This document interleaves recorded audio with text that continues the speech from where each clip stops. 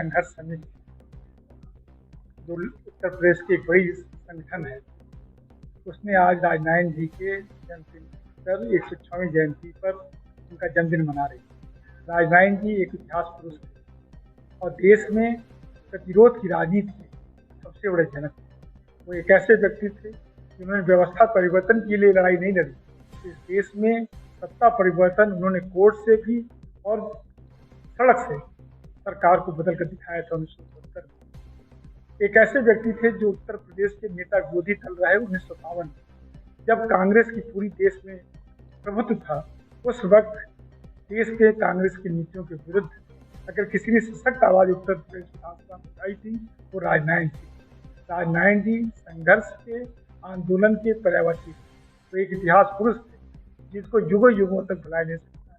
उनका योगदान, उनका राजनीतिक परिवर्तन, उनका समाज में भागीदारी और समाज के वंचित और विपन्न वर्ग और जो सामाजिक न्याय की बात की जाती है, देश के दलितों और पिछड़ों को भी राजनीतिक स्थान दिलाने का वो श्रेय राजनारायण जी जाता है।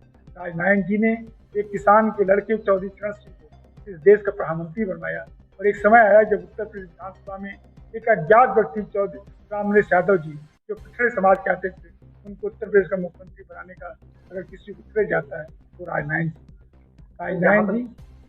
देखा जाए कि भारी पार्टियां लगातार राजनारायण जी के नाम का तो बनाकर फायदा लेती है, लेकिन उनके विचारों को कहीं ना कहीं छोड़ दी जाती है। देखिए ऐसा है, अब राजनीति की विडंबना ये है, यह विचारों की राजनीति हम सिद्धांतों मूल्यों से भटक रहे हैं। अब सिद्धांत और राजनीति की मर्यादा कर नहीं, अब सत्ता में सभी राजनीतिक दलों का मूलतः उद्देश्य हो जाए हिस्सेदारी।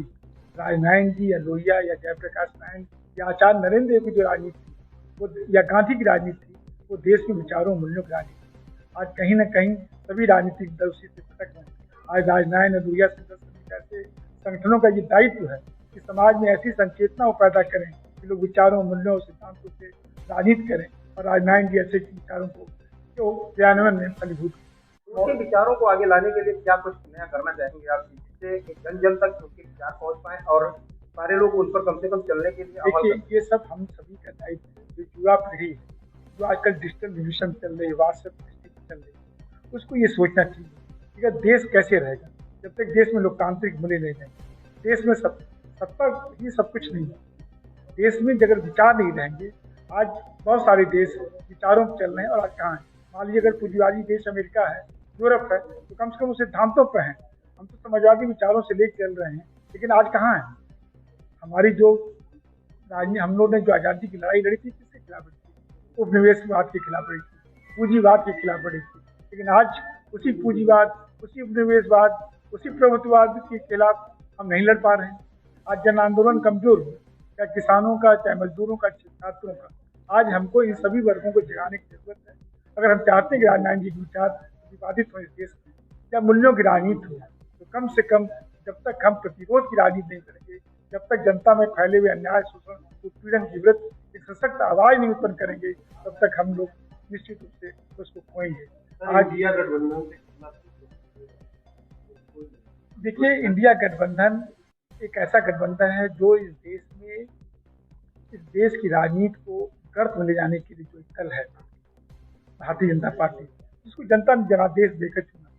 आज ये हालत है इस देश में, रोजगार नहीं, महंगाई अपनी चरम सीमा पर, और कुछ परिवार इस देश के पूंजीवाद को चला रहे हैं, इस देश की राजनीति कर रहे हैं। कभी आज तक ये नहीं सोचा था, हम लोगों ने बहुत समय देखा, कहा जाता था कि टाटा बिरला इस देश की राजनीति नहीं थी। आज की राजनीति क्या होती है?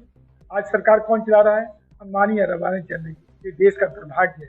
ये देश की आज़ादी ऐसे नहीं मिली, लाखों करोड़ लोगों की कुर्बानियों से देश आज़ाद हुआ था। और आज सत्ता में कुछ चंद बैठे हुए लोग इस देश को चलाएंगे तो जनता का क्या होगा? एक गुजराती कहावत है कि राजा बना व्यापारी या प्रजा बनी भिखारी। आज जनता के हाथ में कटोरा पकड़ा देने वाली भाजपा सरकार, अगर इनको बदलने के लिए इंडिया गठबंधन ऐसे या कोई भी वामपंथी और समाजवादी आंदोलन के लोग अगर एक दल बनाते हैं, एक मोर्चा बनाते हैं, निश्चित रूप से जनता को खड़ा होना चाहिए और इनके पीछे आना चाहिए। कम से कम सत्ता परिवर्तन इस देश में हो सके। लोग भी हैं, जितने पत्रकार लोग भी हैं, वो भी जो छोटे छोटे पत्रकार कहीं कहीं थोड़ा बोलते हैं, लेकिन बड़े पत्रकार आप देख लीजिए, आज रवीश जी कहाँ खड़े हैं और जो दूसरे पत्रकार हैं वो कहाँ खड़े हैं। अगर वो संघर्ष की बात या विरोध की बात करते हैं तो उनको भी समाप्त करने का एक प्रक्रिया चल रही पूरे देश में, इसको आप जान लीजिए। तो हम लोग भी जो संघर्ष करते हैं या संघर्ष से आए हुए लोग हैं, आप लोगों का जब बल मिलता है तभी हम संघर्ष करते हैं, लेकिन आप लोगों का कोई बल नहीं मिल रहा है इस वक्त। आंदोलन की चीजें कहीं है ही नहीं, वो समाप्त हो गई। चाहे वो मजदूर आंदोलन हो, चाहे वो कोई यूनियनें हो, बड़ी बड़ी जॉर्ज फर्नांडिस थे उस समय यूनियन चलाते थे पूरे देश में, रेलवे बंद, आज कहीं है ही नहीं किसी चीज का नाम।